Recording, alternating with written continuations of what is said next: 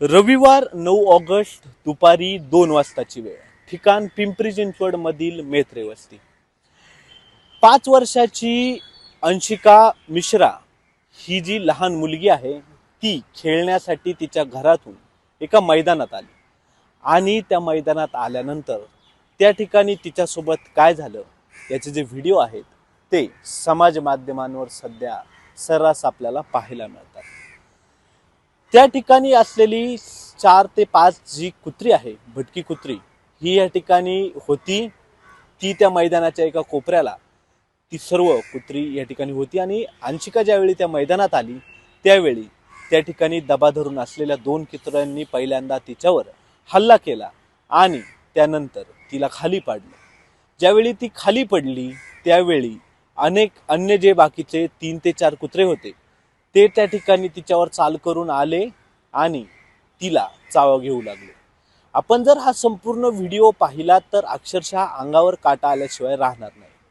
खरं तर एकीकडे मोठमोठे रस्ते, मोठमोठ्या इमारती आणि शहराचं स्मार्ट सिटीत झालेलं रूपांतर एका बाजूला, तर दुसरीकडे नागरिकांच्या आणि लहान मुलांच्या सामान्य प्रश्नांना घेऊन, सुरक्षेच्या प्रश्नांना घेऊन संपूर्ण असलेली काळजी आणि त्यावर असलेले प्रश्नचिन्ह एका बाजूला.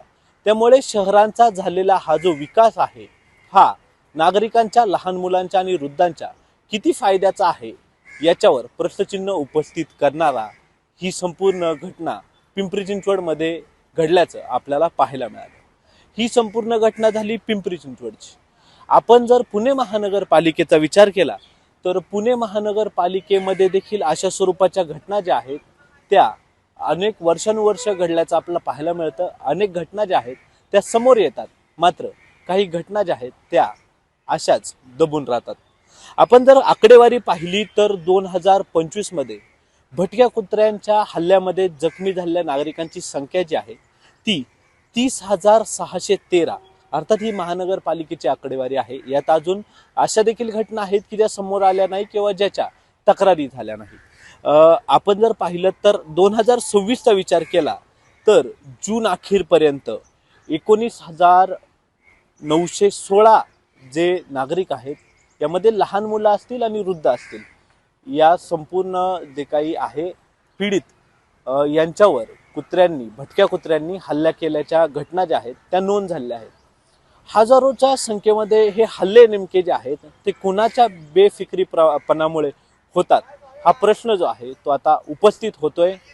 खरं तर मोठमोठे रस्ते आणि टोलेजंग इमारती, सगळ्या सुविधा हा म्हणजे आणि संपूर्ण लखलखाट हा म्हणजे शहराचा विकास नाही, तर नागरिकांची सुरक्षा ही देखील महत्त्वाची आहे. हजारोच्या घरात असणारे हे आकडे सांगता आहेत की आता महानगरपालिका प्रशासन किंवा या संदर्भात दखल घेणारे सर्व शासकीय जे काही यंत्रणा आहेत यांनी कुठेतरी आपलं कर्तव्य जे आहे ते चोख बजावण्याची गरज आहे.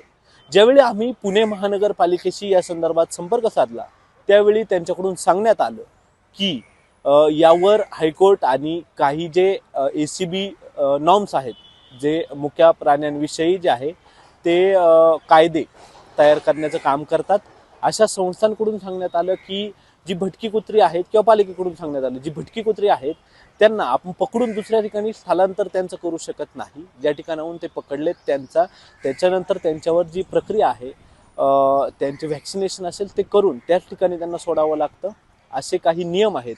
त्यामुळे आमचे हात जे आहेत ते या कायद्यामुळे बांधल्याचं त्यांनी सांगितलं. मात्र अशा कुत्र्यांवर उपाययोजना काय, ज्यावेळी असा प्रश्न आपण त्यांना विचारला त्यावेळी त्यांच्याकडून सांगण्यात आलं की फक्त आपण ही जी भटकी कुत्री आहेत, अश्व आहेत, संपूर्ण ते आहेत, श्वान आहेत, त्यांना आपण रेस्क्यू सेंटरमध्ये ठेवू शकतो. मग त्यानंतर पुढचा प्रश्न उपस्थित होतो की पुणे महानगरपालिकेने आतापर्यंत साधारण किती अशा स्वरूपाच्या कारवाया केल्या की ही संपूर्ण जी भटकी कुत्री आहेत ती ही रेस्क्यू सेंटरमध्ये ठेवली.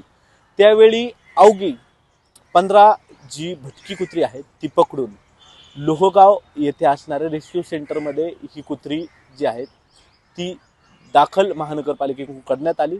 मात्र त्यात देखील असं सांगण्यात आलं की ही एअरपोर्ट परिसरातली कुत्री होती. म्हणजे फक्त पुण्यातील एका स्पेसिफिक भागातली जी आहेत ही 15 कुत्री ही त्या ठिकाणी रेस्क्यू सेंटरमध्ये ठेवण्यात आली. एकीकडे हा छोटा आकडा 2 अंकी 15 कुत्र्यांचा तो आहे आणि एकीकडे जवळपास आत्तापर्यंत अर्धा वर्ष 2026 संपून गेले आणि फक्त याच अर्ध्या वर्षात जे आहे ते जवळपास 19,000हून अधिक जे आहे ते नागरिकांना या भटक्या कुत्र्यांनी चावा घेतलाय. त्यामुळे महानगरपालिकेने कुठेतरी आपली जी या प्रकरणी डोळेझाक आहे ती बाजूला ठेवून याच्यावर कठोर कारवाई करण्याची गरज जी आहे ती निर्माण झाली आहे. अंशिका जी आहे ती 5 वर्षाची, सध्या तिच्यावर उपचार सुरू आहेत. ती या संपूर्ण उपचाराला जे आहे ती प्रतिसाद देखील देत आहेत.